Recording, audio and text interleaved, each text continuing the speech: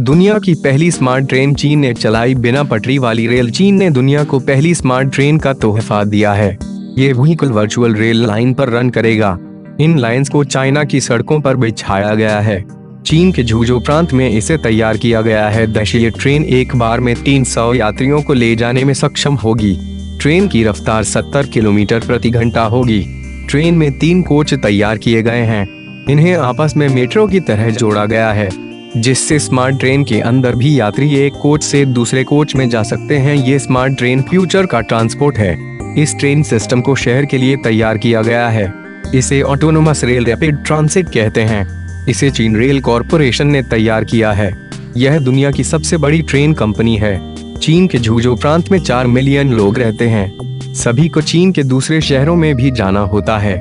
ये ट्रेन उनके सफर को और भी आसान बनाएगी। इसे अगर लॉन्ग बस कहा जाए तो गलत नहीं होगी, पर एक बस के मुकाबले ये कई अधिक संख्या में यात्रियों को ले जा सकती है। इस ट्रेन की सबसे खास बात है इसके चलने का तरीका, जो पुराने तरीकों से हटकर है। इसे चलने के लिए किसी भी तरह का फिजिकल ट्रैक नहीं चाहिए।